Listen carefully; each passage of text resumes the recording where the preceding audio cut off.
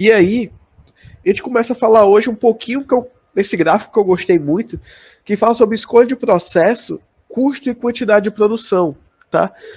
Eu coloquei essa imagem primeiramente para poder dizer uma coisa.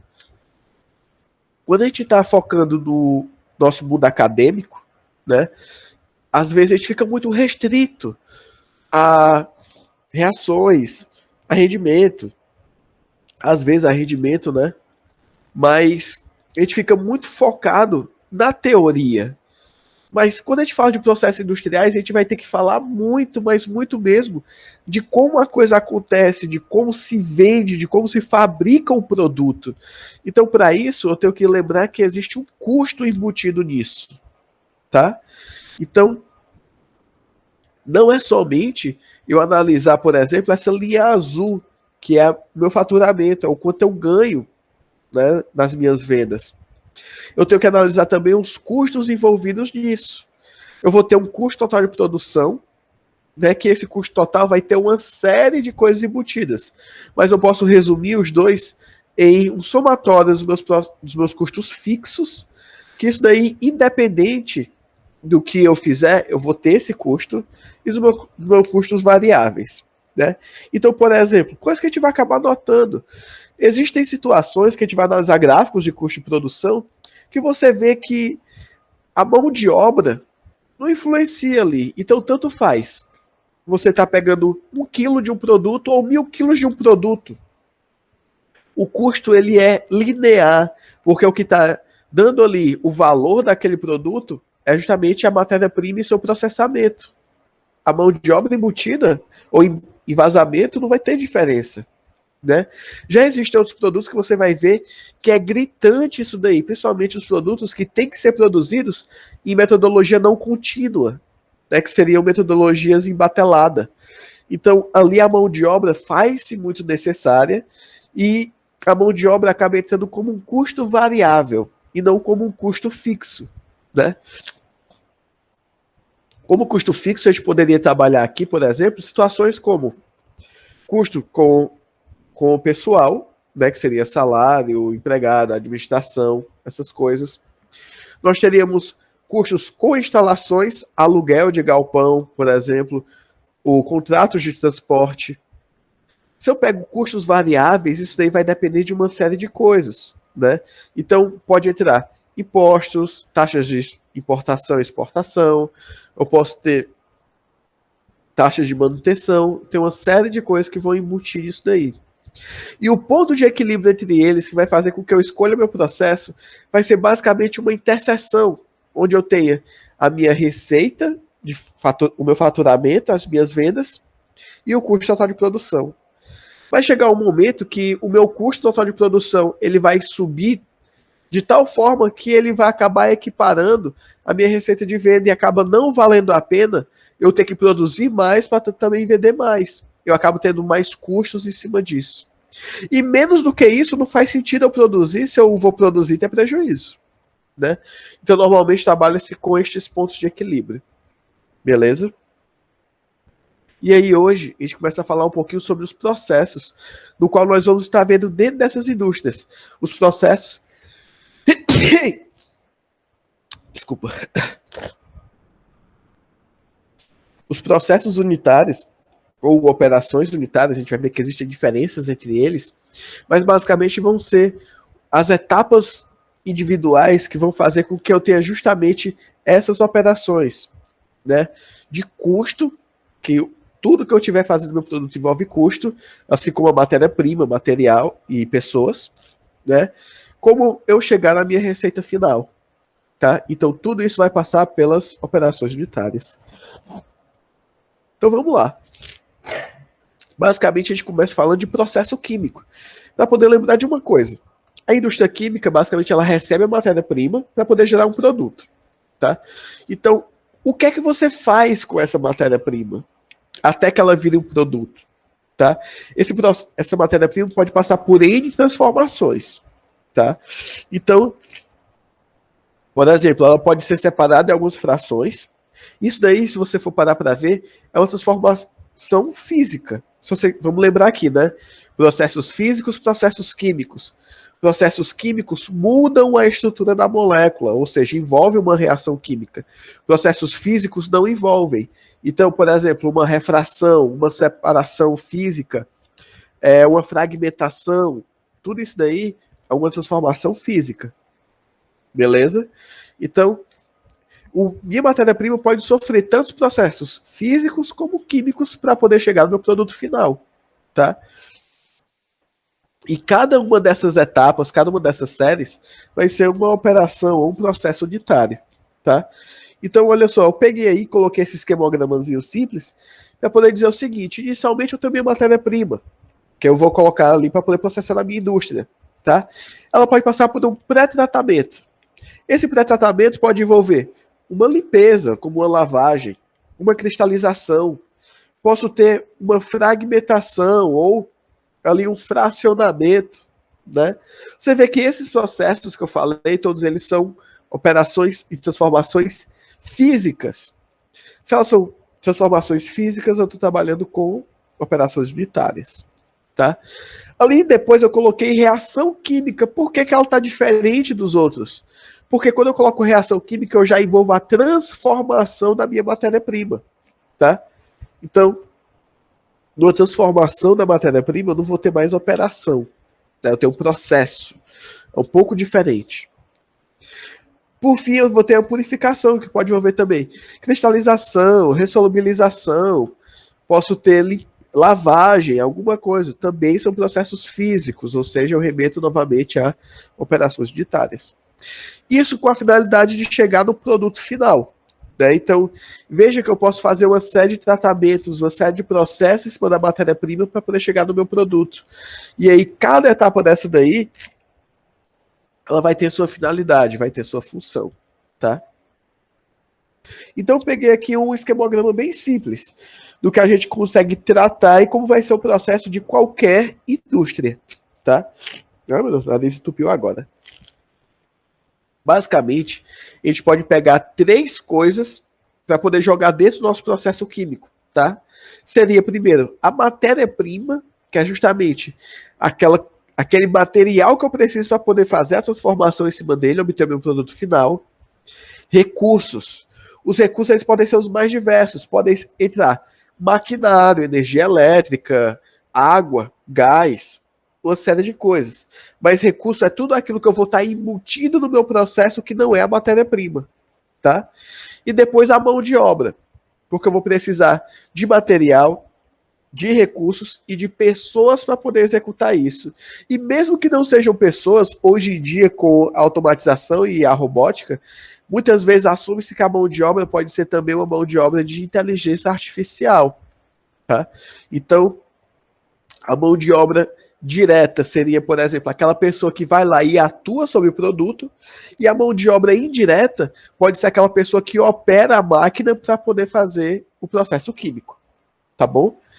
E quando a gente junta esses 3 recursos aí, desses 3 parâmetros, realizando processos químicos, nós vamos ter 2 situações. A ideia é que produzimos os nossos produtos finais. E quanto maior for o rendimento desse produto final, melhor. A segunda ideia é que ela vai produzir resíduos. Quanto mais a gente puder reduzir a emissão de resíduos ou subprodutos, como também são chamados, melhor. Porque pense da seguinte maneira: o que são resíduos? Basicamente, é a matéria-prima que após o processo não vira produto. Né? Então, uma produção de resíduo que eu não posso retornar ao meu sistema inicial é prejuízo. A gente vai observar isso muito, por exemplo, na indústria têxtil. Vocês vão ver que a coloração têxtil tem um rendimento absurdamente baixo. É muito comum a gente achar tintura têxtil, né, corante para tecido, que tem uma taxa de adesão de 6%, de 8%. Então isso gera muito resíduo. E esse corante que não é aderido ao tecido, ele é emitido dos efluentes. Ou seja, aquilo que eu não utilizei no processo é jogado fora. É um prejuízo iminente.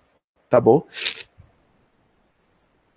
E aí a gente pode dividir um pouquinho aqui e falar de matéria-prima. Tá? Ai, perdoe.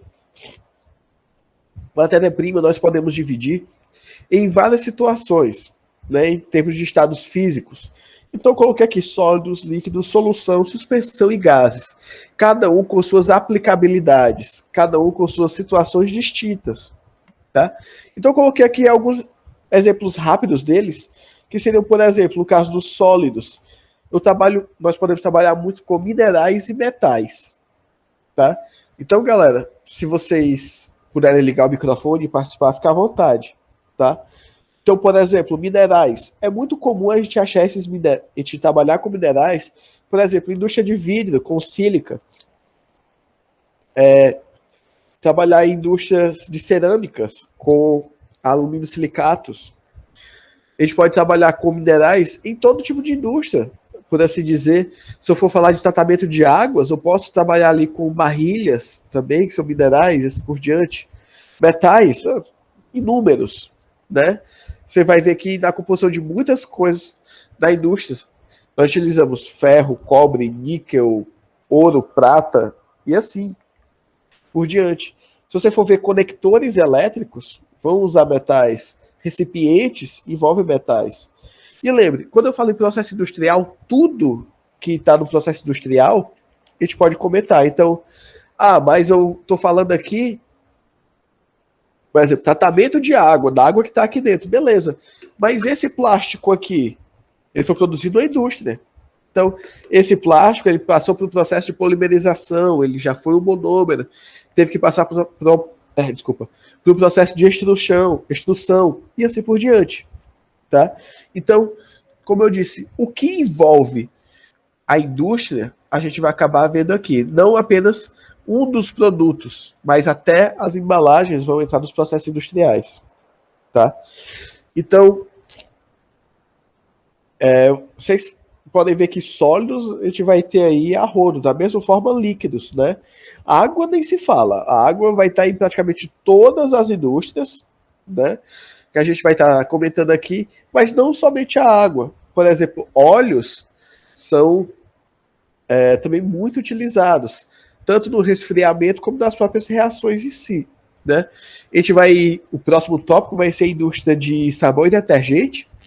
E vocês vão ver que, por exemplo, óleos e gorduras vão ser assim, diretamente utilizados nessas indústrias também. Tá?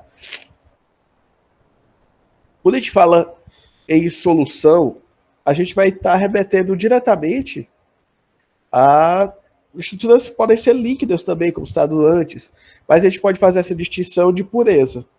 Tá? Mas quando eu falo em solução, não necessariamente são somente líquidos. Tá? Eu posso ter misturas outras aqui, como no caso de sólidos, granito, por exemplo. Né? Então, água com cloreto de sódio, muito utilizada na indústria do petróleo, né, para a gente poder fazer trocas de carga. Água e etanol, muito utilizado na indústria do próprio produção de álcoois em geral, na indústria do petróleo também. Tá? Quando eu falo em suspensão, eu já vou estar agora num ponto um pouco diferenciado, porque assim, na suspensão entende-se que existe um particulado de moléculas ou de partículas, ali a suspensão de partículas, que vai estar sobre um líquido. E se você deixar ele em repouso, ele acaba voltando ao estado heterogêneo. Ao agitar, ele é um homogêneo em descanso heterogêneo. Tá? Então, por exemplo, água e argila, se você pegar um recipiente com água e argila, misturar os dois, você vai ver que ele seria como se fosse uma única fase. À medida que você deixa esse sistema descansar, você vai ver uma decantação dessa argila ficando no fundo e a água na parte superior, mostrando assim duas fases. O outro que a gente vai ver muito seria a questão dos sucos, suco de fruta, por exemplo, na parte da indústria de alimentos. Tá?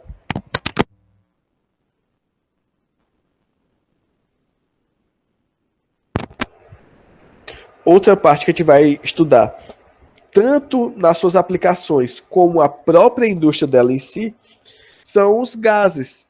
Tá? Então, é muito comum a gente ver indústrias que vão utilizar CO2 como matéria-prima ou como ciclo no sistema. Da mesma forma, é comum ver isso para a amônia. A indústria da amônia é uma indústria gigantesca, porque a amônia ela serve como matéria-prima para uma série de coisas, como, por exemplo, fertilizantes, que é uma das grandíssimas aplicações, ciclo de Haber-Bosch está aí para poder mudar o mundo, mudou o mundo, né? Mas fora isso, questão de fármacos, tintas, alguns aditivos, papel, uma série de coisas a gente vai ver a aplicação de amônia.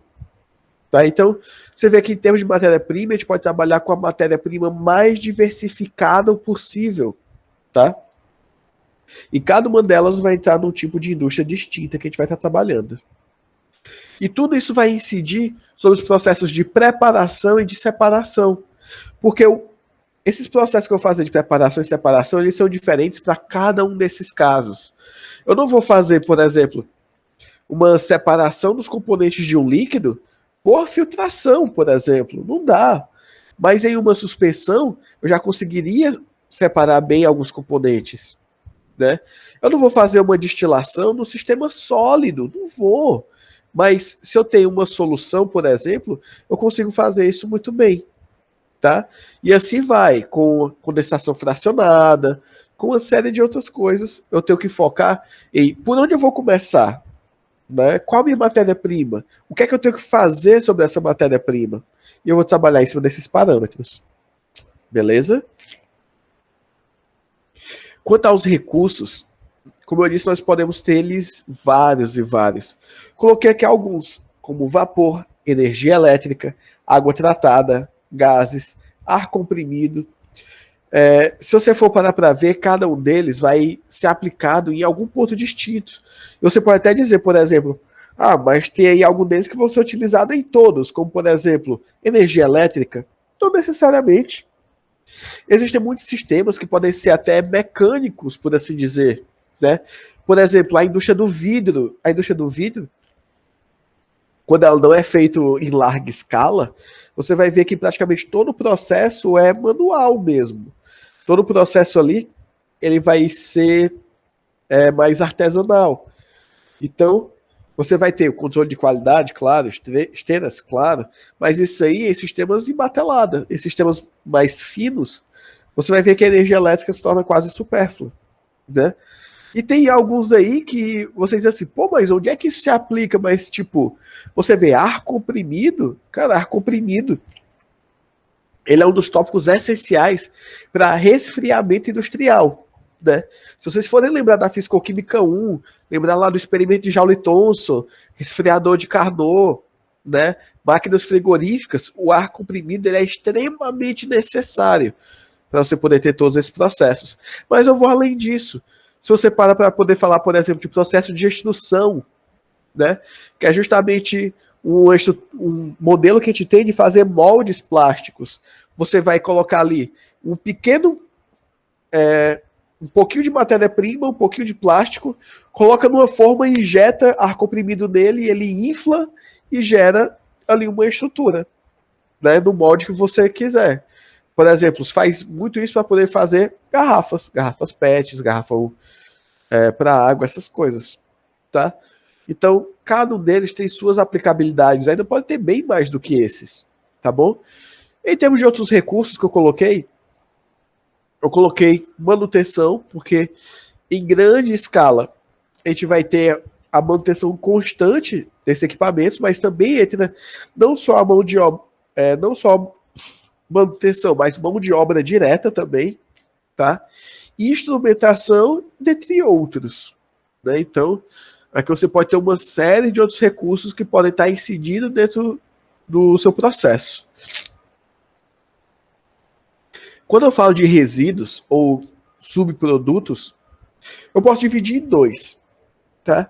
Posso ter subresíduos inertes, aqueles que não vão fazer diferença, né, para o ambiente ou para o meu processo. Então, trabalhar com esses caras é ótimo, porque simplesmente eu não preciso dar um tratamento muito diferenciado a ele.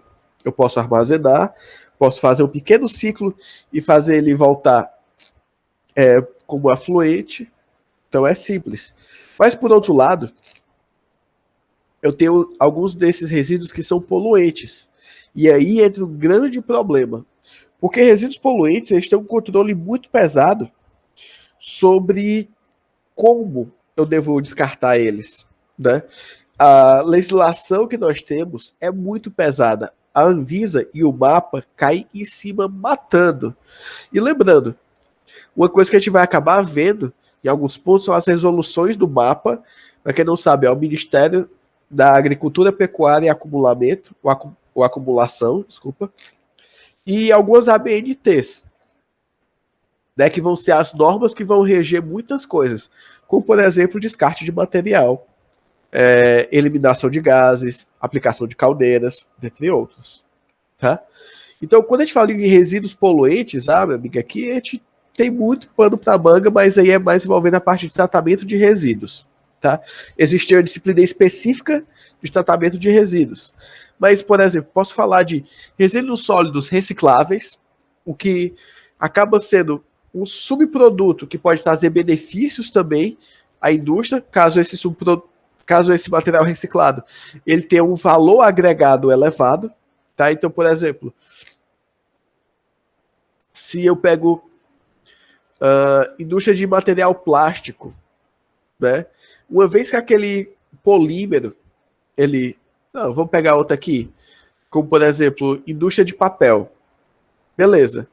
Existe daquela produção ali de papel, normalmente você vai ter resquício de celulose que, se por exemplo, produzir meu papel ali bonitinho, uma resma de A4, bem bonitinha, botei para venda, saiu. Mas como resquício ficou ainda alguma celulose ali, que seria de um valor agregado menor do que aquele papel bonitinho. Mas aqueles resquícios, aquelas raspas, eles já são recicláveis por si só.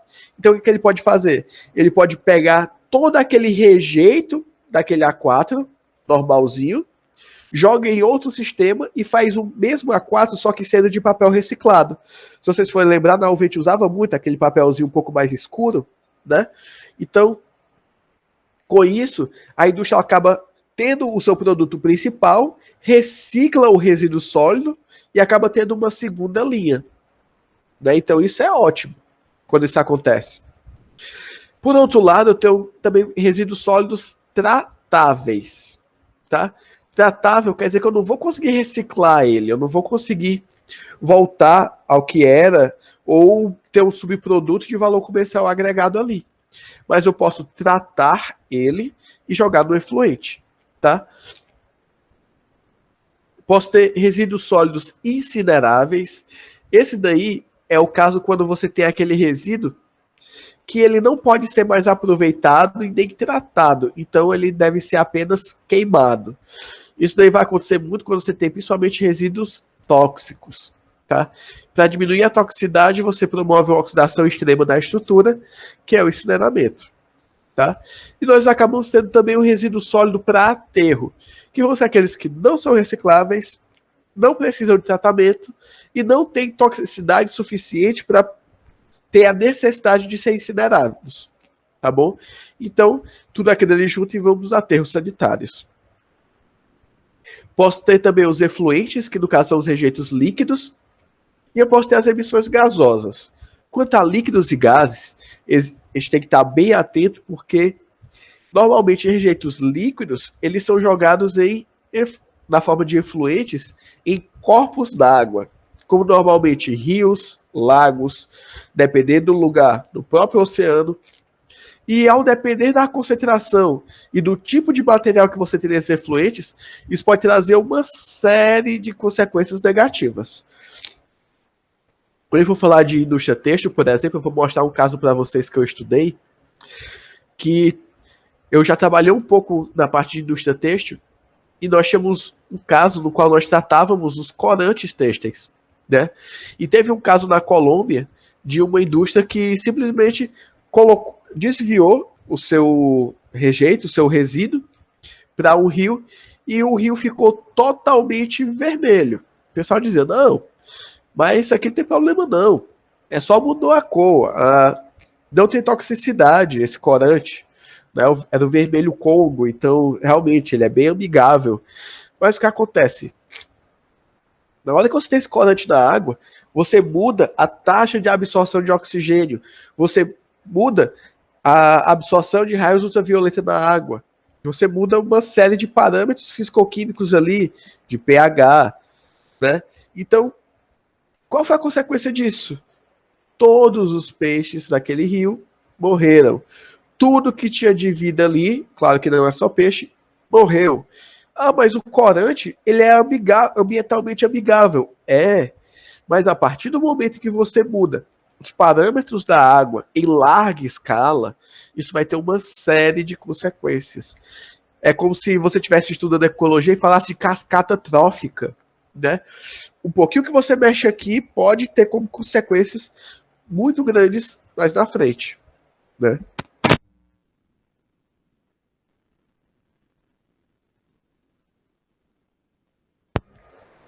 E nós temos também a emissão de gases, que, por sua vez, pode ser inerte, né, que é bem tranquilo quando você tem um ótimo tratamento de gases, mas também pode ser muito tenso, muito perigoso você trabalhar com isso, né?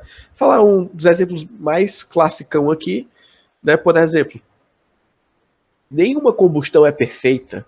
Então, a gente sabe que como resíduo da combustão de produtos orgânicos, nós vamos ter, por exemplo, CO e CO2. CO2 é nocivo ao ambiente? Pode ser, em grande quantidade, sim. Mas o CO é muito, muito mais nocivo, né? Ele vai colar com a nossa hemoglobina, substitui a ligação do ferro com o oxigênio, vai virar carboximoglobina, a pessoa morre intoxicada, asfixiada, né? Então, normalmente as indústrias, toda indústria tem que ter um tratamento de resíduos gasosos para poder transformar aquele CO, o monóxido de carbono, em CO2, o dióxido de carbono, né? Então, esse CO acaba sendo absorvido pelas plantas e acaba a coisa se equilibrando. Claro que com um certo limite, né? A gente não pode exagerar.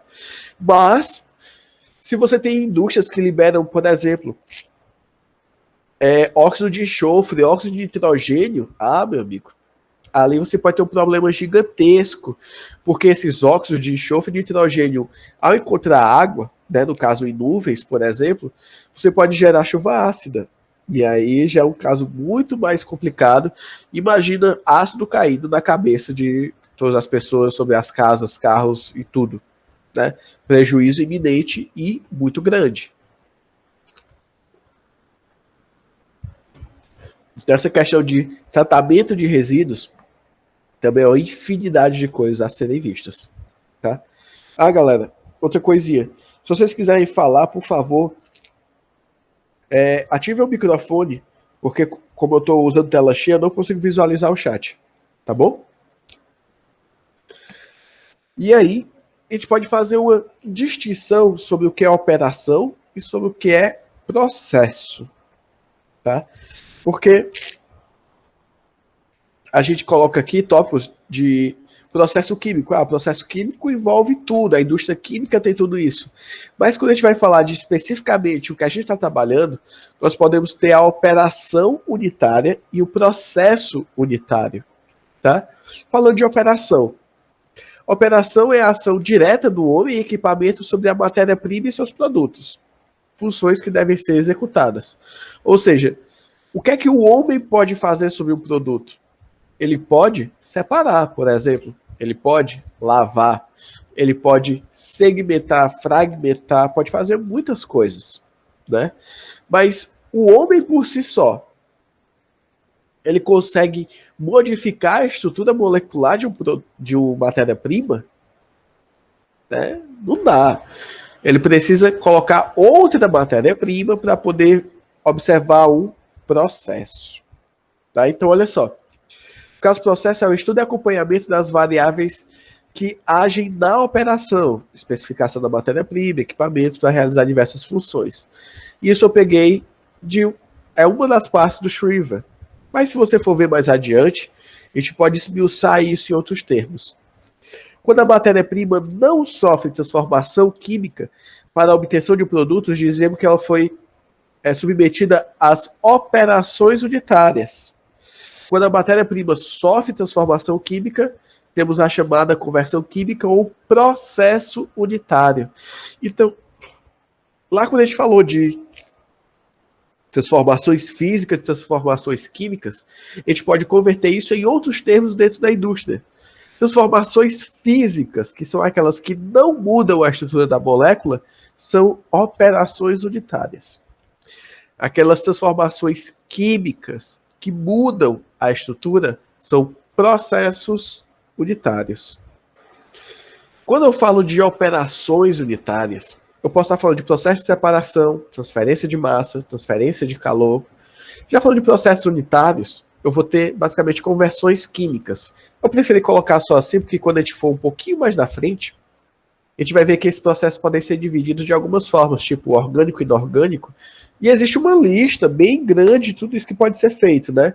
Lembra de toda aquela orgânica 2 que vocês viram, alquilação, acilação, né? Então tudo aquilo ali são processos químicos, tá? Então a gente pode trabalhar aqui citando eles e dizendo algumas de suas aplicações. Então vamos lá, ó. Operações envolvendo sólidos e fluidos, tá? Eu coloquei fluido, pode parecer bem básico o que eu vou falar agora, mas eu preferi colocar fluido ao invés de colocar líquido, porque lembre que fluido é algo que flui, ou seja, não necessariamente é um líquido, pode ser um líquido ou um gás também, pode estar dentro desses processos, tá? Dentro dessas operações. Quando eu falo de operações com sólidos, lembrando, as operações não mexem a estrutura molecular. São pré-tratamentos ou pós-tratamentos que eu posso fazer para poder chegar ao meu produto final, que não vai mexer na minha estrutura química. Então, posso ter fragmentação, peneiração, transporte e armazenamento, né? Fragmentação pode ser tanto eu separar em frações, como pode ser eu ter a toda a segmentação dele, como, por exemplo, quebras de peças de argila, quebra de peças de material, de cerâmicas, floculação de metais, dentre outros. Tá?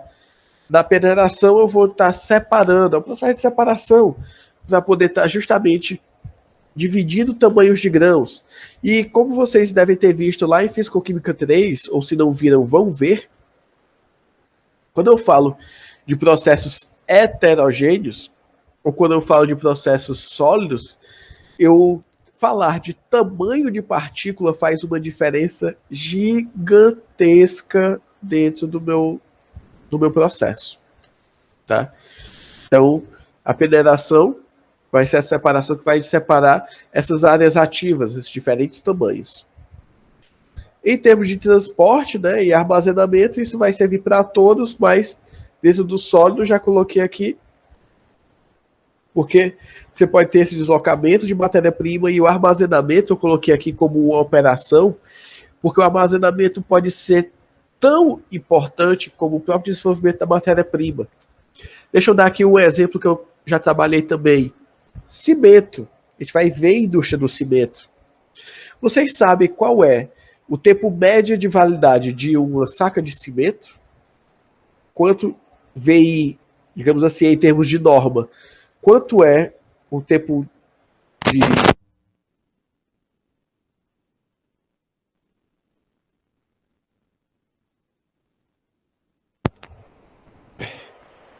O cimento tem uma validade normativa de 90 dias. Pode durar mais? Claro. Se você conseguir conservar ele num lugar muito bem acondicionado, pode durar até mais, mesmo que não se recomende, mas já de antemão digo que produzir junto com o aluno meu um trabalho que a gente trabalhou até 6 meses e deu o mesmo resultado, ótimo. E beleza, mas quer dizer que, beleza, estou aqui com cimento, posso usar até 90 dias. Tá bom? Ok, mas se você não fizer um bom armazenamento dele, esse cimento pode durar 2 dias. E aí ele perde totalmente suas propriedades. Isso vai envolver armazenamento, vai envolver umidade, vai envolver como você faz, se ele está em contato direto com o chão ou não, temperatura, qualidade do ensacamento. Existem diferentes tipos de cimentos que são colocados em diferentes tipos de papel. Se a indústria erra isso daí, você perde muito da validade, ou seja, o armazenamento acaba se tornando um fator necessário aí a estudo. E por outro lado, quando eu trabalho com operações envolvendo fluidos, posso ter também muitos outros, né? Como o bombeamento, a mistura, a compressão, a agitação, tudo isso daí vai estar envolvido numa parte específica do meu processo. Então, às vezes, o processo de mistura pode ser um dos processos mais demorados de toda a linha de produção, né? Se você for parar para ver, quando eu trabalho com fluido muito viscoso, como por exemplo tintas, né? Eu posso ver que na tinta, o processo de mistura que eu tenho que ter uma homogeneidade tão grande, eu tenho um sistema ali tão viscoso, que a mistura acaba sendo a etapa determinante da produção da minha tinta. Né? Então, em N casos, eu posso ter aplicação dessas operações. Quando eu vejo as operações que envolvem separação, eu coloquei essas daqui, mas industrialmente podem se usar várias e várias outras, né? Então eu coloquei filtração, peneiração, sublimação, cristalização. E aí, se vocês forem lembrar lá de química analítica, lá de fundamentos de química, cada uma delas serve para uma situação em específico. Filtração, basicamente, eu vou estar separando líquidos e sólidos. Que situações eu vou utilizar isso? Ora, eu posso estar fazendo ali, por exemplo, um tratamento da minha matéria-prima, fazendo uma lavagem sobre ele, e aí eu consigo, por meio de uma filtração, separar aqueles outros resíduos solúveis. Né? Numa peneiração, separa resíduos sólidos, e aí eu posso estar separando resíduos de menor gramatura de maiores. Mineração, por exemplo, produção de cimento, eu vou ver muito isso, produção de materiais cerâmicos, eu vejo muito isso, né? Sublimação, é comum você ver sublimação tanto como condensação em processo de purificação, assim como a cristalização, tá? O processo de purificação vai envolver muito sublimação e cristalização, tá? E aí, a aplicação do seu processo vai depender muito de o que você tem como matéria-prima, seus estados físicos, suas características, como os custos envolvidos em cada um deles, é claro.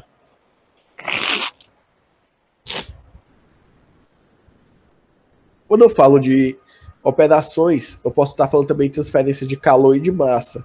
Então, na transferência de calor, eu posso ter, por exemplo, condensação, que é um dos processos mais utilizados na indústria, tá? Sistemas de refrigerador industrial normalmente usam de condensação e de evaporação, também que eu vou comentar com vocês. Mas reações químicas podem ser muito exotérmicas. E se você não tiver um bom sistema de exaustão de calor, todo o seu sistema pode colapsar, né? Então, o resfriamento é muito interessante de se trabalhar. E a gente faz isso por meio de transferência de calor. Né? A gente pode ter também ebulição.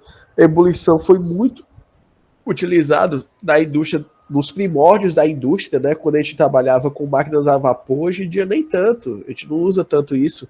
Mas mesmo assim, eu posso utilizar processo de ebulição para arraste a vapor, porque se utiliza muito tanto na purificação de materiais, como na segregação e na separação deles, tá?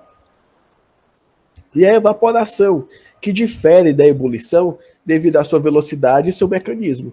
A ebulição é um processo forçado, onde você coloca uma substância na temperatura de ebulição. Né? A evaporação não, é um processo natural, no qual aquele líquido vai para o estado gasoso espontaneamente. Então, por exemplo, existem os refrigeradores de amônia. Amônia, ela em determinadas condições pode ser um líquido, mas é um líquido muito volátil. E os vapores de amônia podem passar por uma serpentina e depois, claro, comprimido e jogado de novo no recipiente. Mas esses vapores de amônia, ao passar no duto de resfriamento, ele consegue captar o calor do sistema. Né? Então, os resfriadores de amônia trabalham muito com esse processo de evaporação. tá? E, claro, condensação para poder ter o retorno. Quando eu falo de transferência de massa,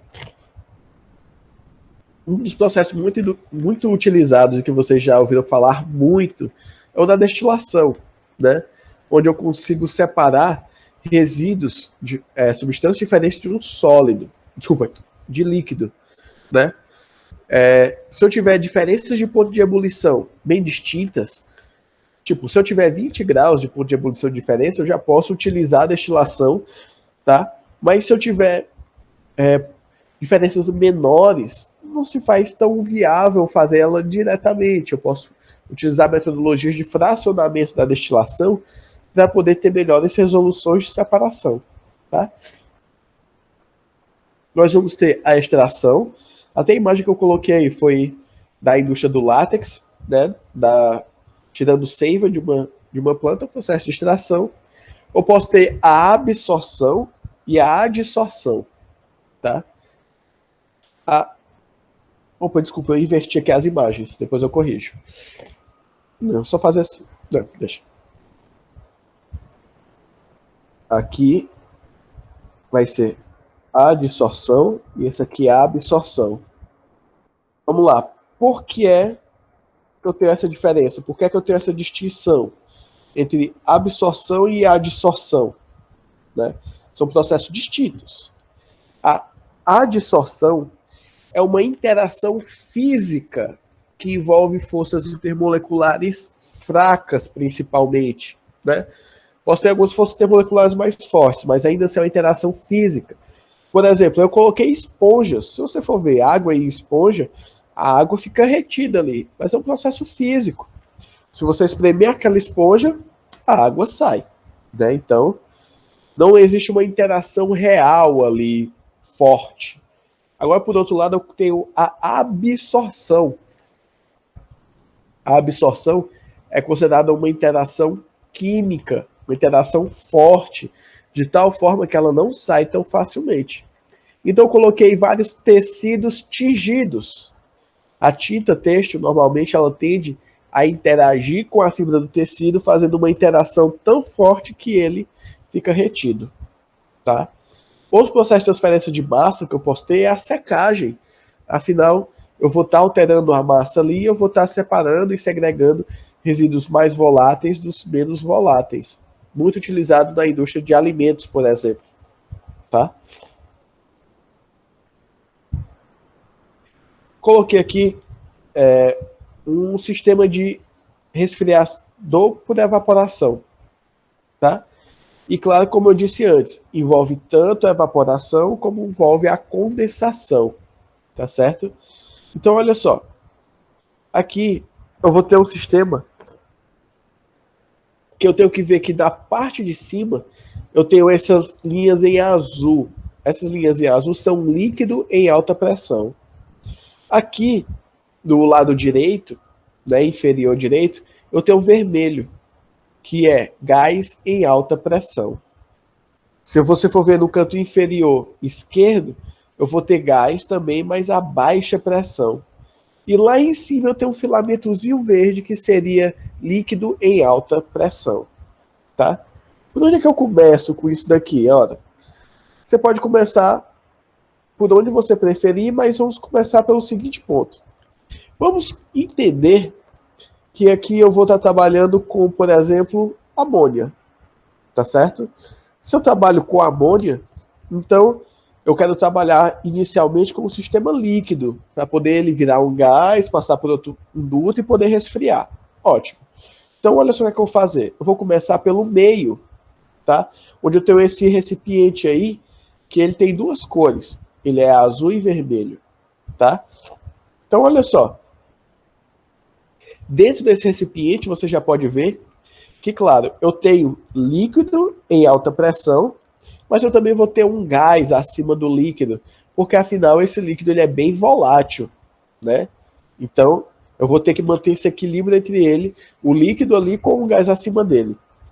Esse líquido vai passar por um sistema de tubulação que ele vai ser jogado agora num sistema de injeção. Eu vou estar diminuindo a pressão desse líquido tá certo? De tal forma que ele vai passar por uma serpentina, e na serpentina note que esse gás é volátil, né? Como esse gás é volátil e ele já apresenta sob baixa pressão, ele começa a tornar-se gasoso, tá? Então, esse líquido, ao passar por essa serpentina, ele começa a aumentar seu volume, a apresentar uma menor segregação das moléculas, torna-se um gás, que seria essa linha amarela. Então, chega no momento dessa linha amarela que ele passa até por um aquecedorzinho, caso eu tenha algum líquido ainda, remanescente, ele fica todo gasoso. Esse gás a baixa pressão, ele vai passar por uma tubulação, tá certo? Vai chegar no acumulador e vai ser jogado em um compressor. Você vai ver, tá no meio, na parte inferior da tela, tá? Esse compressor, ele é responsável pelo quê, né? Responsável por aumentar a pressão deste gás. Quando ele aumenta a pressão desse gás, ele vai começar a fazer com que essas moléculas tenham uma interação mais forte entre si, tá? Então ele vai jogar no sistema de purificação, que seria o espessor de óleo, tá? E aí eu vou ter agora uma divisão desse gás em alta pressão. Uma delas vai passar por um condensador para tornar-se um líquido novamente, e outra parte vai passar pelo meu ejetor, tá? Quando eu faço isso daí, olha só o que está acontecendo. O meu condensador, ele vai estar tornando esse gás em alta pressão em líquido novamente, tá? E esse líquido volta lá para o meu receptor. O que está acontecendo aqui? Olha, basicamente, quando o líquido está virando gás, que é justamente esse ventiladorzinho que a gente tem no canto superior esquerdo, né?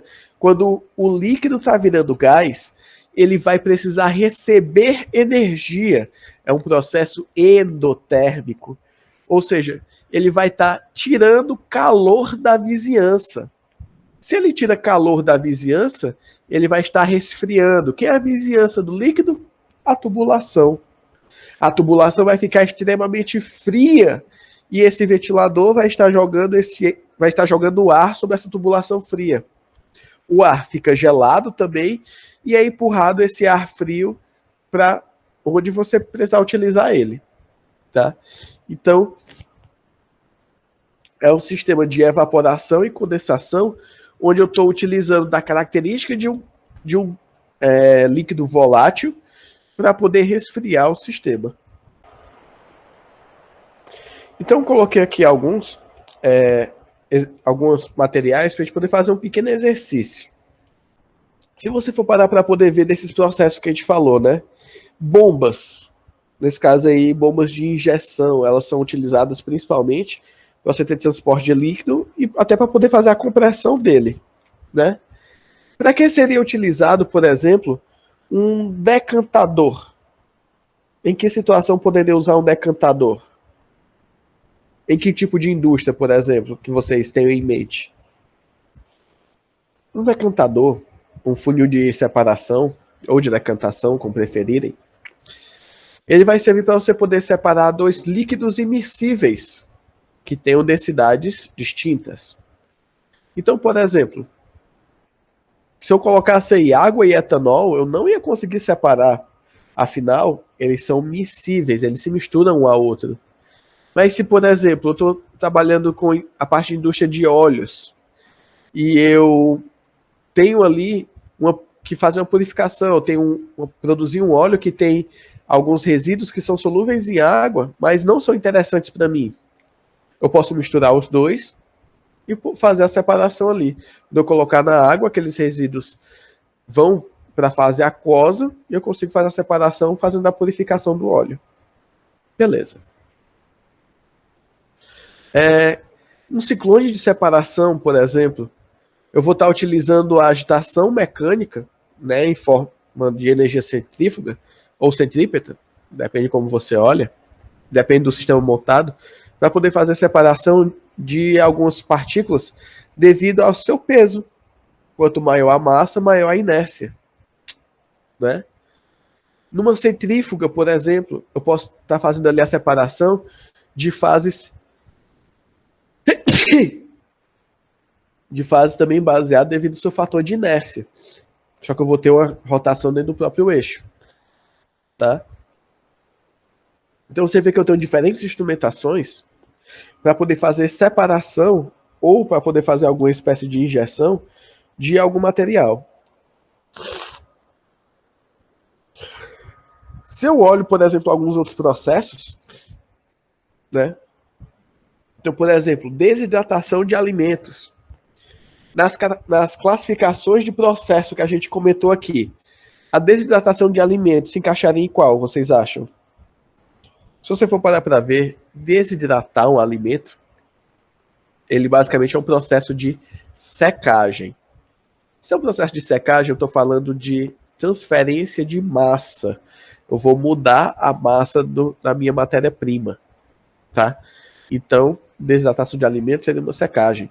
A cristalização, o processo de formar cristais ou crescer cristais, ele é muito utilizado na indústria farmacológica, por exemplo.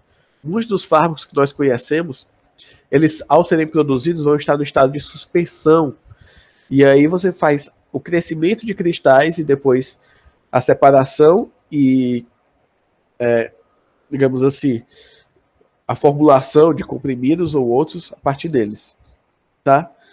Destilação a gente já comentou muito, né? E ao longo do curso de vocês, para poder separar líquidos. E eu tenho também separação por membrana, um dos tópicos que a gente comenta aqui, que é muito utilizado para poder fazer purificação também. Mas não só purificação. Existe um processo que é utilizado em laboratórios de menor escala, mas muito utilizado em grande escala também, que são os pré-processos, ou os processos de purificação de reagente. Porque pense no seguinte, se eu coloco um reagente, eu tenho um reator que funciona para líquidos, e aí, sem querer, da minha matéria-prima ali, entra um resquício sólido, tá? O que é que vai acontecer? Ele vai mexer meu processo inteiro, posso ter a formação indevida de cristais, posso ter a nucleação de processos secundários. Então, se eu faço uma separação por membrana, eu estou evitando que algum resquício indesejável de matéria-prima entre no meu sistema. Então, eu estou fazendo o pré-tratamento da minha matéria-prima para poder fazer a injeção no reator. Tá bom? Quando eu falo de processos unitários químicos, né? Ou seja, processos unitários, veja que aqui, ó, estou falando de operações unitárias, né? Operações não vão envolver a mudança de estrutura molecular, não envolve reação química. Quando eu falo de processos, eu falo agora da mudança da estrutura química, tá bom? Então eu coloquei aqui alguns, como neutralização, combustão, polimerização, esterificação, redução, hidratação e eletrólise. Tá? Isso daqui muda muito a estrutura molecular que eu posso ter. Peguei uma neutralização mais simplão de todos, né? Que se você pegar, por exemplo, hidróxido de sódio, ácido clorídrico, você vai ter como produtos água e cloreto de sódio. Aí vamos lá, né? Vamos discutir um pouquinho aqui sobre aquela questão viés custo sobre produto. Beleza. Se eu pego cloreto de sódio, desculpa, se eu pego ácido clorídrico, hidróxido de sódio, mistura, eu vou ter água e cloreto de sódio. Perfeito, é um cloreto de sódio puro. Ótimo, mas qual seria o custo disso? Né? Então, o custo disso tem a produção do ácido clorídrico, que já, né, embutia em muita coisa, a produção do hidróxido de sódio, depois o reator para misturar esses, que é o preço de resfriamento, não posso simplesmente misturar. Aí, em grande escala, aí depois eu vou ter a parte de secagem e separação. É muita coisa embutida. Então, se você for olhar, por exemplo, o ácido clorídrico que a gente usa na pesquisa, que é o ácido clorídrico de extrema pureza, aquele cara ali vai custar, por exemplo, R$35 o quilo. Se você for no mercantil e quiser comprar cloreto de sódio, né, o sal de cozinha, você não paga R$ 85 no quilo nem a pau, você paga 89 centavos um real, né? Aí você diz, então, claramente esse sal não é feito por esse processo. Sim, de fato não é. Então, eu procuro um processo alternativo mais barato, de tal forma que eu consiga ter lucro em cima do meu cloreto de sódio. E aí é onde entra as salinas, né? As salinas já são um processo onde eu sei onde eu posso obter o meu cloreto de sódio, né? Na água do mar. E se eu secar essa água do mar, se eu fizer um processo de evaporação dessa água, eu posso obter o sal. Ótimo. Esse sal está pronto para o consumo? Diretamente ainda não. Passa por alguns processos de refino. Mas ainda assim, extremamente mais baratos do que eu fazer o sal a partir da reação de ácido com uma base, né? Então, quando você for pensar industrialmente, o que é que eu devo fazer? Lembre-se que existe um custo embutido em todo o processo, né? Então, esse exemplo que eu citei, ele é um exemplo bem claro que você tem que pensar, pelo menos, em uma saída quando você estiver envolvendo o processo. Combustão vai envolver uma série de coisas. Se você for ver indústria cerâmica, você vai ter processo de combustão. Indústria de vidro, você vai observar também, dentre outros. Quando você faz a combustão, a ideia é fazer uma oxidação do seu material. E essa oxidação, ela pode ter uma série de consequências. Sejam elas interessantes para o que você quer ou não. Então, por exemplo, às vezes se utiliza a combustão apenas como produção de calor. Ótimo. Mas aquele CO2 produzido, aquela água produzida, elas podem ser utilizadas? Não. Subproduto. Às vezes pode até trazer prejuízo para você. Porque, beleza, se você pega e faz a queima de um combustível sólido, por exemplo, você pode ter uma emissão de CO2 muito grande, o que vai exigir de você um tratamento de resíduos gasosos bem grande também, né? Mas hoje, se você fizer a queima de um gás natural já purificado, a chance de você emitir CO é bem menor do que se você fizer a combustão de um sólido orgânico. Então a galera hoje em dia prefere muito fazer a queima de gás natural. E isso pode ser um pouco preocupante às vezes, porque tipo, é um subproduto do petróleo, ótimo, um dia pode acabar, tudo bem, do petróleo sim, mas a gente sabe produzir ele facilmente. Mas olha só, saiu uma notícia, cadê aqui? Opa, volta, perdoe. Botar aqui no Google agora, gás natural, tá? Quando eu boto gás natural aqui, aí você vê na parte de notícias. Olha só. Reajuste de 39% no gás natural preocupa setor industrial de Minas Gerais. Isso aqui foi há 7 horas atrás, tá? Há 16 horas atrás, Petrobras anuncia que haverá aumento de 39% no gás natural a partir de maio. Aí o pessoal pensa, vai aumentar no gás de cozinha, né? Vai sim aumentar no gás de cozinha. Mas se você for parar para ver também, o GNV, o gás natural veicular, vai aumentar. Tá. Vai aumentar o custo para poder a galera andar de carro. Tá. Industrialmente, uma boa parte das indústrias que utiliza de combustão, utiliza o gás natural. Por N motivos. Armazenamento, transporte, fator de queima, tratamento de poluentes e assim por diante. Mas esses quase 40% do gás natural que vai aumentar vai incidir onde? No produto final. Então, sei lá, o tijolo, que hoje, por exemplo, está absurdamente caro, né? Antes da pandemia estava em torno de R$350 o milheiro, hoje está 750, pode subir.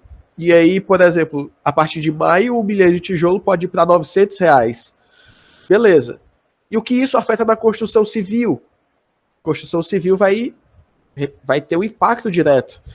E isso vai afetar em outras indústrias, como, por exemplo, se não tem tijolo, também não precisa comprar cimento, né? E por aí vai, né? É um efeito em cascata.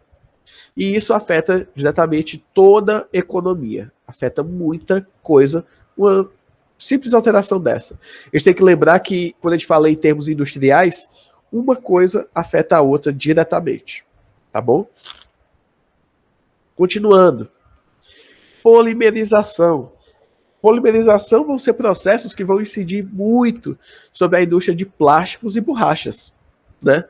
Afinal, polimerização nada mais é do que você ter um monômero, que é uma molécula orgânica simples, ao qual você vai submeter uma série de processos que ela vai se juntar uma a outra e vai polimerizar. Elas vão todas se ligar e formar uma macromolécula, que nós chamamos de polímero. Tá? A esterificação, por sua vez, que seria basicamente aquela reação que nós podemos ter de gorduras, né, com álcool para poder formar ésteres, muito utilizada na indústria de sabão e detergente. Né? Então é um dos processos que fica muito evidente quando a gente estuda essa indústria. Redução. Olha só. Redução eu coloquei aqui no sentido de redução orgânica. Tá? Por quê? Você pode promover reações químicas que vão mudar a estrutura molecular de um certo composto, de tal forma que ela sofre uma redução, tá? Quando eu olho lá para o último, que é a eletrólise eu falo especificamente de metais. É uma redução? É, também. Mas aqui eu estou falando de uma redução eletroquímica que iria afetar apenas os metais, tá? Onde eu vou ter muito utilizado isso aqui? Purificação de metal, óbvio, mas também isso é muito observado quando você vai ter a indústria de proteção de materiais. Por exemplo, você vai comprar aço hoje em dia para construção, é difícil você encontrar um aço que não seja galvanizado. Porque se você pegar apenas o aço em contato com regiões aqui, por exemplo, está no litoral, que tem concentrações de cloreto muito elevada na atmosfera, ele vai começar a corroer muito rapidamente. Então faz-se necessário você criar uma película protetora sobre aquele aço. Então faz-se essa película de zinco. Zinco eletrolítico. Você pode colocar essas barras de aço no banho eletrolítico, passa a corrente elétrica, aquele zinco se reduz sobre a superfície do metal, criando uma película eletrolítica. Né? Então a eletrólise é mais referente a metais e redução mais, que eu coloquei aqui, a compostos orgânicos. Tá? E claro, inorgânicos também se aplicaria. Hidratação, você pode, por meio da hidratação, mudar muito a estrutura de um composto que você tem. Muito visto isso na indústria de polímeros autoabsorventes, né? de sol gel, de hidrogéis. Tá? Quando ele absorve aquela água, ele vai mudar a sua estrutura molecular, podendo sofrer alguns processos, sejam eles cumulativos, como o caso do poliacrilato de sódio, né, que ele acumula água e vai inchando, como sejam em processos de alteração não cumulativa, mas alteração direta em estado de oxidação, como no caso dos sensores de umidade, no qual eles conseguem, a partir da sua alteração de oxidação, dizer se o meio está muito seco e acionar o circuito. Que é muito utilizado na parte de irrigação. Tá? Quando a gente fala de tipos de processo, a gente pode dividir em 2, até em 3. Tá? Porque esse processo industrial ele pode ser continuado, que seriam os processos contínuos, ele pode ser intercalado, ou seja, continuamente se fazer pausas dele, analisar e produzir, que seria um processo em batelada. Ou você pode ter processos meso, que seriam um intermediário entre os dois. Normalmente processos automatizados que requerem o cuidado e a análise constante.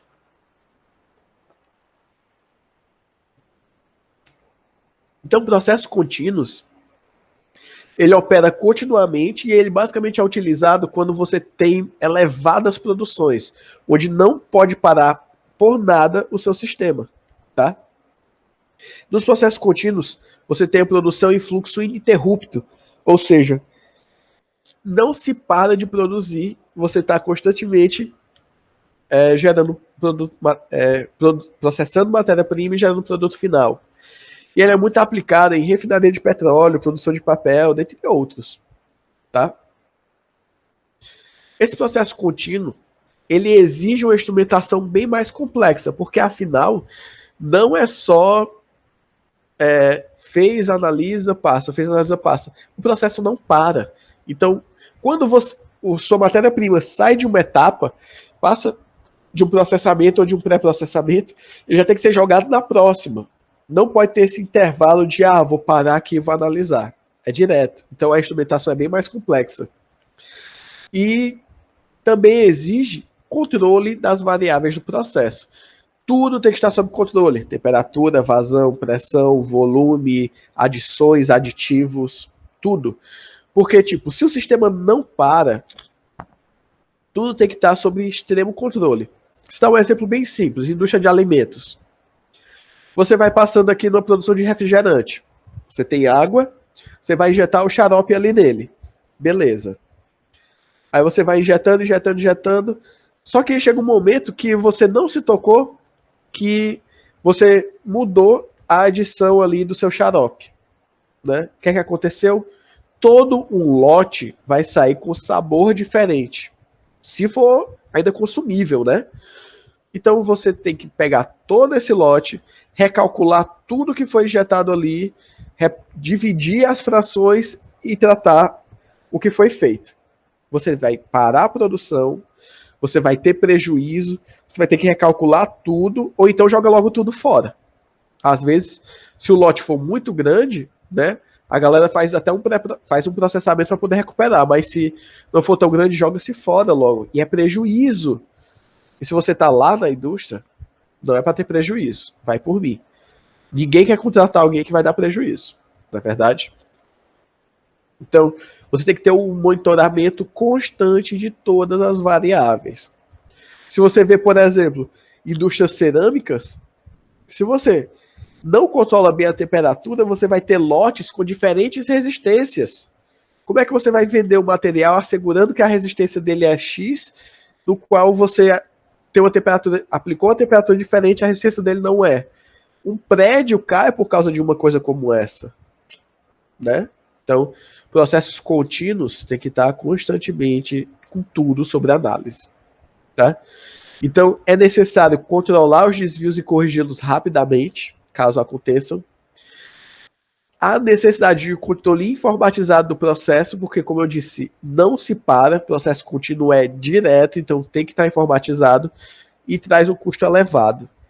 Se você for parar para ver essa última frase, custo elevado, ela vai bater de frente com aquele primeiro gráfico que a gente viu dessa aula, que é o quê? Eu tenho que botar na balança custo e lucro. Se o custo é elevado aqui, mas em compensação você produz muito. E você produzindo muito, você consegue também ter mais lucro. Né? Então, é algo a se pôr na balança. Quando você vai usar processos contínuos? Quando você tem a exigência de uma produção de material muito grande. Ou seja, quando a sua indústria já é de um tamanho, no mínimo, de médio porte. Né? Por outro lado, processos em batelada, eles são mais simplificados. Tá? A operação tem períodos em que é repetida enquanto produz seu lote. Tá? Então, nesse caso, você pode ter a maior variedade de produtos, mas em compensação você tem um menor volume. É utilizado na indústrias de polimerização, indústrias de corantes, algumas indústrias, como por exemplo, a de tratamento de metais, a de produção de metais para a indústria civil, porque você precisa colocar ali, por exemplo, falando de metais, você pega todos os vergalhões de aço, coloca no banho eletrolítico, passa a corrente sobre eles, tira, deixa secar, verifica se existe alguma região que não tem homogeneidade, e aí, uma vez verificado, você passa aquele lote para frente e trabalha com um novo lote. Isso é um processo em batelada. Você vê que tem uma quebra, ele não é tão contínuo. Tá bom? Os processos em batelada, por sua vez, elas são utilizados quando o volume de produção é menor. Então, como eu disse, se a indústria é de pequeno a médio porte ou médio pequeno, você normalmente trabalha em processo em batelada. Você utiliza quando o custo de produção é mais favorável do que o processo contínuo. Ou seja, se você tem uma produção em menor volume, não tem por que você estar investindo em maquinário pesado, em monitoramento contínuo, né? Então, o processo em batelada torna-se mais viável. E também é utilizado quando condições de segurança são fundamentais. Então, por exemplo, se você vai estar trabalhando em algumas situações no qual você pode ter emissão de resíduos tóxicos, você pode estar trabalhando com tensões extremamente elevadas, né, como eu citei, o caso da indústria de tratamento metálico, você pode ter que o processo em batelada ele pode ser favorecido justamente para poder manter a segurança do ambiente. Tá? Então, existem reações que exigem, por exemplo, explosões controladas em reatores. Explosões controladas, por exemplo, é interessante você trabalhar em batelada e trabalhar com processo contínuo dessa forma, você pode, né, não ter controle do que acaba acontecendo ali. Tá? E aqui eu coloquei alguns exemplos de processos orgânicos. Tá? Porque, como a gente comentou, os processos industriais, eles podem ser... os processos industriais, eles são estruturas que mudam a estrutura molecular. Então, eu posso ter processos que podem ser orgânicos e inorgânicos. Como orgânicos, coloquei aqui alguns exemplos. Nitração, sulfonação, alquilação, esterificação, polimerização, fermentação, aminação, carboxilação, hidrogenação, oxidação, dentre outros. Tá? Então, aqui você vê que basicamente são aquelas reações, aqueles processos que a gente estuda lá na Orgânica 2, né? E dessa forma, você acaba vendo também que cada um deles vai ter uma aplicação em indústrias distintas. Então, quando eu falo, por exemplo, em hidrogenação, eu posso remeter muito à indústria alimentícia, por exemplo. Quando você olha lá, possui gordura hidrogenada. Gordura hidrogenada hoje é uma das coisas mais utilizadas na indústria de alimento bagulho, né? Tipo biscoito, xilito, essas coisas. Então, lá se usa muito reação de hidrogenação para poder estar produzindo aquele material. Nitração e sulfonação se utilizam muito também, né, em indústrias em geral. Então, aí fica uma série de processos que são considerados orgânicos. Se a gente fala de processos inorgânicos, cara, é muita coisa. Então vou citar aqui, comentar alguns, tá? Mas tipo, tratamento de água, carboquímicos, petroquímica, gases combustíveis, gases industriais, cerâmica, cimento, vidro, ácidos, álcalis, sais, tintas, explosivos, corantes, detergentes e sabões, perfumantes e aromatizantes, alimentos, agroquímicos, óleos e gorduras, açúcar e amido, fermentação, papel e celulose, indústria do fósforo, indústria do potássio, indústria de nitrogênio, plásticos, fibras sintéticas, borracha. Esses foram os que eu coloquei. Podem até ter mais ainda, né? Mas você vê que é uma série gigante de coisas, né? Então, quando você olha para cá, você pode parar e citar indústrias, ou cada um desses já são indústrias em si, de cada um desses, né? Então, por exemplo, indústria que a gente é acostumado a falar desde o ensino médio, falar de processo de destilação fracionada e tudo, petroquímica, né? Os processos que você vai ter dentro da petroquímica, os processos de separação, de craqueamento, todos eles ali podem acabar envolvendo etapas que você vai produzir produtos. Esses produtos podem ser, se for só uma separação, seria aí no caso uma operação inorgânica, né? Mas sendo eles de transformação, eu tenho processos. Então, eu consigo pegar aquela matéria bruta, realizar processos, realizar o craqueamento e obter produtos limpos e aplicáveis como a gente tem, tá? Indústria cerâmica, principalmente utilizando fornos, utilizando processo de combustão, você consegue estar produzindo materiais por meio dessas reações. Tá? Então, os processos inorgânicos são diversos, com aplicabilidades inúmeras. Né? Eu citei aqui algumas delas. A gente vai trabalhar muito nessa disciplina com fluxogramas, tá certo? Então eu coloquei aqui um esqueminha de fluxograma para a gente poder trabalhar um pouco. Mas antes, só comentar. Fluxograma normalmente é uma sequência coordenada das conversões químicas e das operações unitárias, expondo os aspectos básicos do processo químico. Assim, ele pode ser simplificado. Se for simplificado, basicamente ele comenta as etapas e você já vai ter que saber o que está acontecendo. Por isso que é interessante a gente ter essa aula de processos e operações unitárias, que às vezes no fluxograma ele vai estar lá dizendo assim, sublimação, e passa para frente. Né? E aí a gente vai comentar um pouco sobre sublimação, claro. Mas isso aí já tem que estar na cabeça de vocês. A indústria, ela vai diferir de tudo aquilo que a gente está acostumado a ver em dois aspectos. O primeiro é a quantidade. No final da aula, eu vou comentar um pouco sobre isso com vocês. E o outro é sobre a aplicação dos processos, que normalmente eu faço isso, vou obter isso, faço isso, vou obter isso, faço isso, vou obter isso, até chegar no produto final. É uma sequência de ideias, tá? Então, o fluxograma, ele vai indicar os pontos de entrada de matéria-prima, de utilidades e os pontos de retirada de produtos e subprodutos. Ou seja, você vai ver aí que você vai saber onde vai estar entrando sua matéria-prima, você vai saber onde está entrando seus recursos, como temperatura, eletricidade, vapor, o que seja, e você vai saber onde vai estar saindo cada coisa. Mas aqui da minha coluna, da minha torre de destilação, eu vou estar saindo 3 produtos. Um deles eu vou utilizar para dar continuidade de processo, os outros 2 são subprodutos, vou descartar, ou sair ainda matéria-prima inalterada, volta para o reciclo, né? E por aí vai. Eles podem ser simples, na forma de diagramas de blocos, ou detalhados. Eu coloquei aqui um bem simples.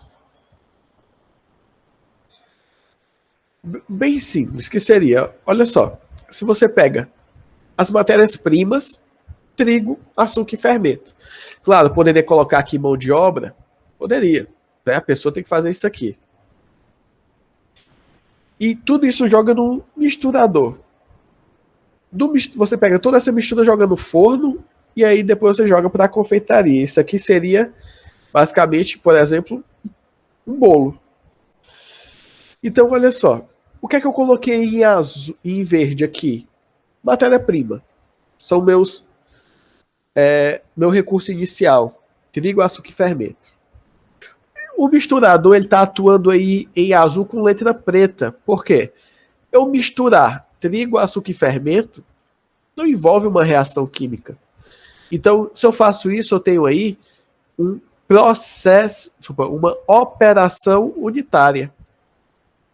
Eu estou fazendo uma mistura física deles. Essa mistura física eu jogo ao forno e ali o fermento vai começar a reagir também, né? Eu vou ter ainda algumas formações, outras vou ter reação de micas, vou ter uma série de coisas que vai fazer com que esse bolo seja produzido. Então eu coloquei aí com a letra vermelha porque a partir daí eu tenho uma operação unitária. Tá? E aí eu coloquei a confeitaria ali como sendo o meu produto final, ou seja, ele já vai envolver uma série de processos para poder chegar até o meu produto final. Você vê que é um diagrama bem simples, né?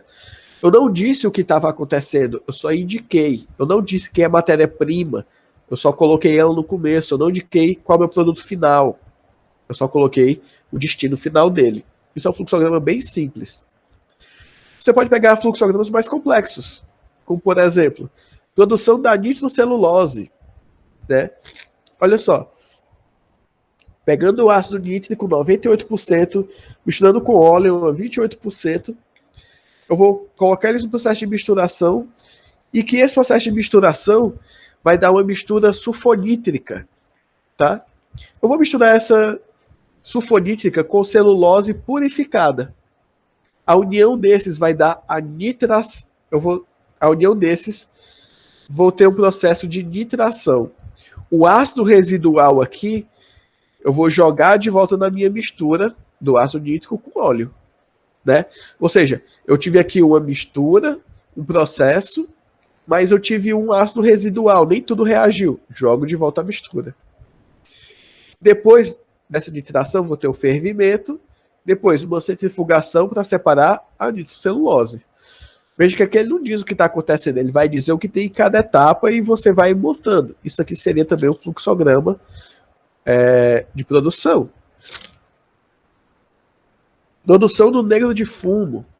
Ó, ar, óleo aromático e lignosulfonatos. Tudo isso aqui eu vou colocar em com água. É o meu reator. Beleza. Desse reator ele vai ter dois caminhos. Ele pode ir para 2 ou para 3. Quando ele vai para 2, ele passa por um ciclone de separação. Tá? E indo para 3, ele vai para filtros.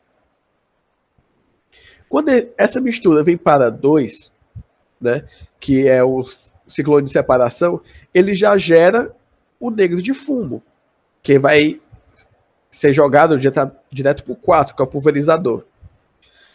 Esse aqui é o negro de fumo bruto, né? Eu não tenho um formato específico para ele. Mas, se eu seguir aqui meu caminho de cima e passar toda essa mistura por filtros e depois passar ele pelo pulverizador, toda essa matéria, tanto o negro de fumo bruto como o que passou pelos filtros, vai passar pelo secador, tá? E após o secador, na secagem, ele vai virar o negro de fumo em pellets, que seria em pequenas esferas ou pequenas escamas, tá? Ou seja, eu tenho aqui que o meu produto, de fato, ele é produzido dentro do meu reator. E pronto. O ciclone de separação ele serve para poder somente separar, o filtro para separar. Aqui eu estou apenas fazendo um pós-tratamento do meu produto, né, em todo esse processo aqui. Processo de produção do biodiesel. Tá? No biodiesel, você vai ter uma série de outras coisas. Você for parar para ver aqui, você vai ter processos que vão estar sendo direcionados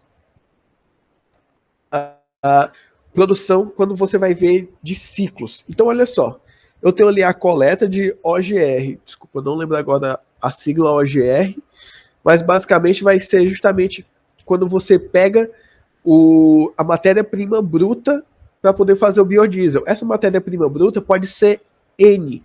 Normalmente a gente utiliza aqui a mamona ou a soja, tá? O processo mais recente que a gente vai utilizando especificamente no Ceará é na semente de algodão, tá? Para quem não sabe, o Ceará é um dos grandes produtores mundiais de algodão.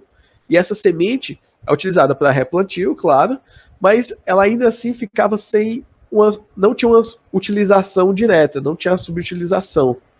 Então começou-se a fazer pesquisa sobre a utilização da semente de algodão para a produção de biodiesel, tá? Então dela existe a pré-limpeza e a secagem, e essa matéria-prima gordurosa, que no caso são as sementes, vão reagir com hidróxido de potássio e metanol, tá? Tudo isso aí vai passar por um dosador, claro, que aí vai ser tudo jogado no transesterificador, que vai ser basicamente um reator químico.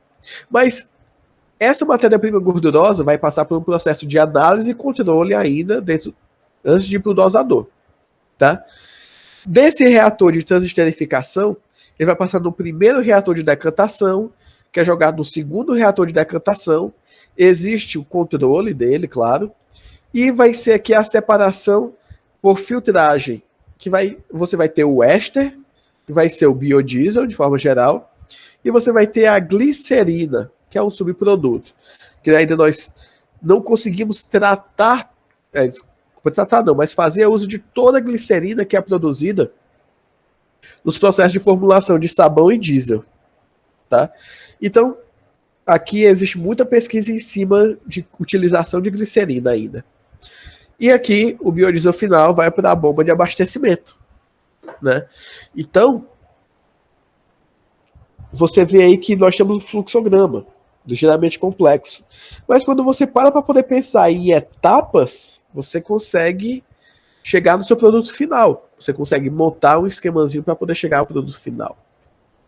E eu peguei aqui um exercício para vocês. Espero que vocês estejam aí me escutando, né? É para vocês fazerem e pensarem nisso aqui. No Brasil, a principal fonte de obtenção de álcool é a partir da cana-de-açúcar, através de processos bioquímicos. Partindo-se da cana, imagine quais devem ser os processos unitários necessários para a produção do etanol e descreva o processo através de um diagrama de blocos. Tá? Então, vou colocar assim, que fica melhor. Então vamos lá. Primeira coisa que nós temos, a própria cana-de-açúcar. Nós temos a matéria-prima. O que é que vocês imaginam que deve ser feito com essa cana-de-açúcar em termos de processos até a gente conseguir produzir o etanol? Me digam aí, vamos fazer esse exercício em conjunto. O que é que deve ser feito com a cana-de-açúcar para isso? Vamos pensar aqui. Essa cana-de-açúcar está no estágio bruto, né? Então, claro, você tem que fazer uma certa purificação dele. Normalmente essa cana passa por esteiras com ímãs para poder tirar resíduos metálicos, passa por uma lavagem para poder tirar terra, né, resíduo sólido também, e depois ele passa por uma moagem, tá? Tudo isso envolve a preparação. Então, beleza. Preparei. Professor. Oi. A moagem aí é o mesmo caso da extração, né? Seria? Pode ser sim um processo de a moagem, pode ser também a extração do caldo, tá? Porque o que eu estava falando até agora é justamente a preparação para poder começar o processo, né? Mas sim, pode ser. Ó. Depois dessa preparação, nós podemos picotar essa cana, né? Quebrar ela todinha. E a essa cana toda picotada, a gente adiciona água quente. A gente vai ver que isso é um processo chamado de entumecimento. Quando você adiciona água antes de moer a cana, mas isso aqui é um detalhe do processo, tá? Por isso que é bem específico. Quando você adiciona essa água quente antes de moer a cana, você consegue extrair até 80% mais do sumo da cana. Ou seja, a sua extração se torna mais eficiente. Tá bom? Depois disso, você vai ter aqui duas coisas. Você vai ter o bagaço prensado e o caldo. Esse bagaço aqui, ele vai ser novamente prensado, tá? Para poder gerar caldo, para poder jogar aqui de novo. O resto do bagaço que não tem mais caldo nem nada, ele vai normalmente para as caldeiras. Ele vai ser queimado para poder facilitar o processo final aqui, tá? Esse caldo que nós vamos ter, ele vai passar por um processo de fermentação, que é justamente por meio do uso de alguns micro-organismos, você vai convertendo os açúcares em ácido pirúvico, e esse ácido pirúvico vai se tornar etanol e CO2. Tá? Então, a fermentação vai ser justamente a transformação química aqui. Você pode ver que essa preparação é física, é uma limpeza. A moagem, como foi citado, é físico, é uma extração. A prensagem é uma separação, tá? É tudo físico. Químico mesmo, você vai observar aqui na fermentação, onde você vai mudar a estrutura molecular. Após essa fermentação, você vai ter aqui a injeção de vapor e de água fria para poder fazer a refrigeração do sistema, e você vai realizar uma destilação. Nessa destilação, você vai conseguir produzir o álcool etílico até 96% de GL, tá? Até. Não é que seja a produção direta dele, mas até. E o chamado vinhoto. O vinhoto vão ser os resíduos outros produzidos dessa fermentação, tá?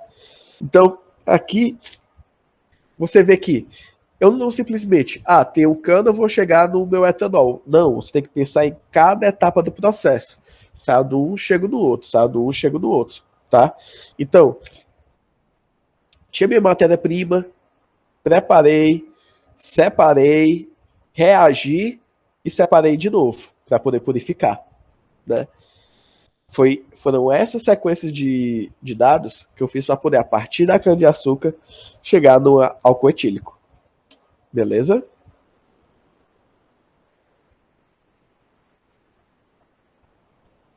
Reações químicas realizadas em condições industriais. Aqui, como eu já falei para vocês, quando a gente fala em reações comuns, em batelada, até aquelas reações pequenas, piloto, que a gente trabalha em bancada, a diferença dela para as reações em escala industrial vão ser tamanho e sequência de processos. Tá?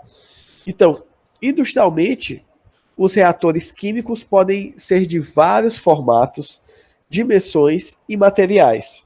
Dependendo das condições em que a conversão química se realiza, os reagentes em excesso podem ou não retornar ao processo, formando o reciclo. Pode haver catalisador ou não, e o catalisador pode estar em leito fixo ou leito fluido. Quando eu digo isso aqui, os podem ou não retornar ao processo formando o reciclo, é justamente isso aqui, Olha essa parte aqui onde nós fizemos a moagem da cana e o caldo vai para a fermentação. Nós pegamos o bagaço também e fazemos uma prensagem para poder gerar caldo e ele ir também para a fermentação. É um reciclo. Nessa parte aqui eu não tinha caldo, eu tinha um bagaço úmido. E aí da prensagem eu crio o caldo novamente e jogo ele de novo no meu sistema, tá? Utilização de catalisador, a gente vai comentar um pouco, mas tipo, ele pode haver ou não. A escala industrial diz que é extremamente interessante que a gente utilize catalisadores. Afinal, o catalisador ele vai aumentar a velocidade da reação. Se eu aumentar a velocidade, eu aumento a produção. Ótimo. Porém, tem duas coisas que a gente deve notar. Três, desculpa. Primeira, qual o custo desse catalisador? Vale a pena eu trabalhar com ele? Eu disse que, por exemplo, a indústria de hidrogenação, ela é muito utilizada na parte de alimentos, né?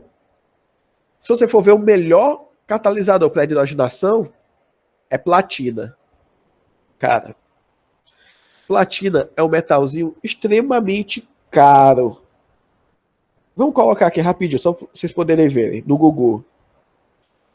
Grama platina. Vamos lá, preços atuais da platina em reais. A grama da platina hoje está custando R$ 222,64. O quilo da platina está custando R$ 222.672. Né? Carinho. Bem carinho. Então, vale a pena, por exemplo, uma indústria pequena média comprar 1 quilo de platina para fazer catalisador e logo vale ressaltar que não se utiliza só 1 quilo em um reator, né? Será que vale a pena você gastar aí R$500 milhão em platina? Ah, não, vou procurar aqui os estudos para poder ver o que é que mais eu posso utilizar, né? Como catalisador. Aí você vai lá e vê.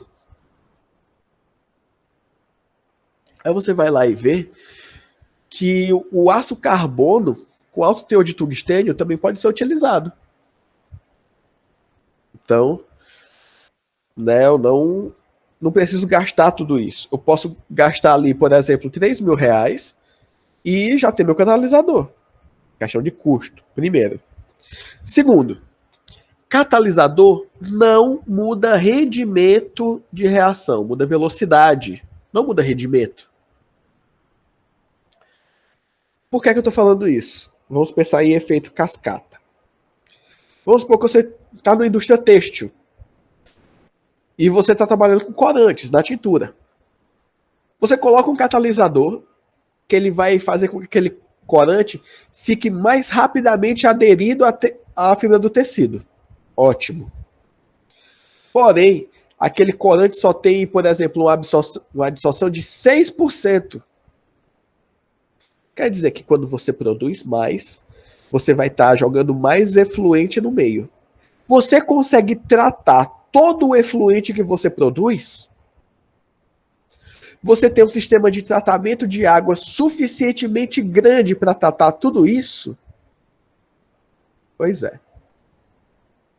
Né? Custo está envolvido aí. Velocidade de tratamento.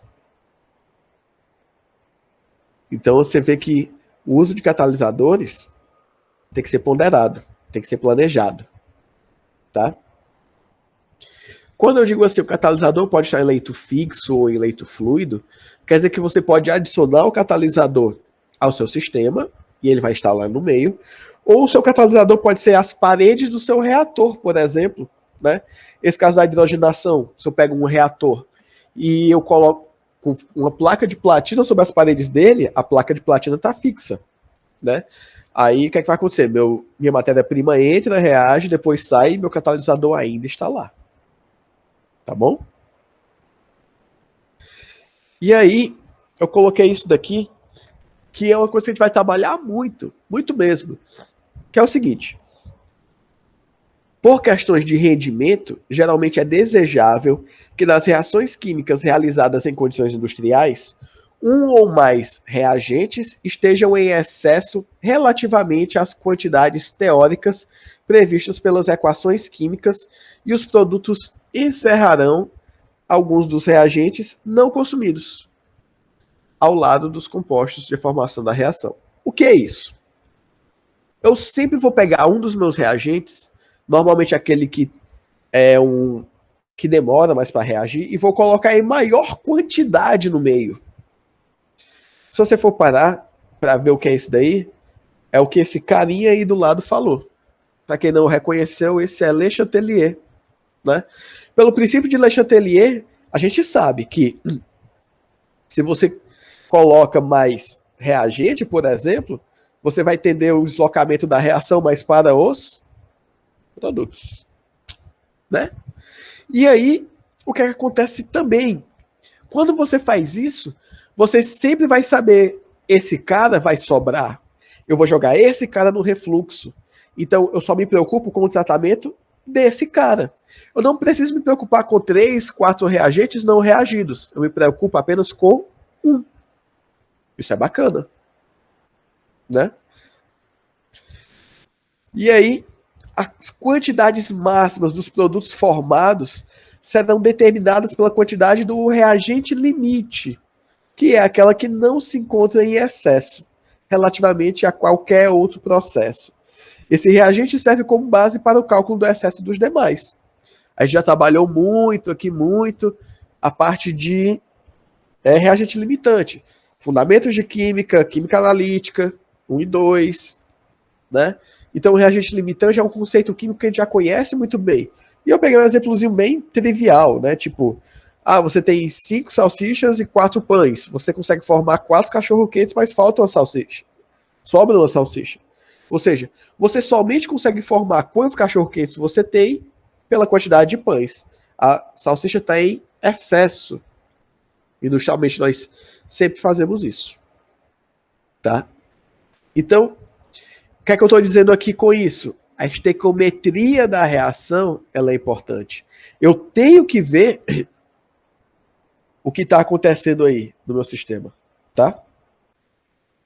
E aí a gente entra em estequiometria. Porque quando eu falo de estequiometria de reação e equação química em processos, eu vou estar dizendo o seguinte: A equação química dá várias informações qualitativas e quantitativas para o cálculo das massas dos materiais envolvidos em um processo químico. Então eu coloquei aí, por exemplo, essa reação, ó. C7H16 vão reagir com 11 O2, né? 1 mol reage com 11 mol. E aí isso vai produzir 7 CO2 e 8 água. Desculpa, faltou diminuir aqui. E 8 água. Eu sei aquelas quantidades em mol de cada um. E eu posso converter isso em massas. Eu sei quanto vai pesar 11 mol de O2. Eu sei quanto vai pesar 7 mol de CO2. Quando eu converto isso em massas, eu sei a massa de cada reagente que eu devo colocar no meu reator. E a partir dali, eu trabalho justamente com proporções nas quais eu consigo saber quem vai estar reagindo por completo e quem vai ser o meu excesso. Tá bom? Então, olha só. A equação química ela nos fornece, em termos de mol, as razões entre reagente e produto, chamadas razões estequiométricas. A estequiometria lida com as massas dos elementos e dos compostos que se combinam, tá? Então, isso aqui é bem tranquilo de eu poder calcular, como você está acostumado em fazer em N disciplinas, e a partir daí saber quanto eu coloco de cada coisa no meu reator químico, tá bom? E aí, eu coloquei uma tarefinha para vocês, tá bom? Então, olha só.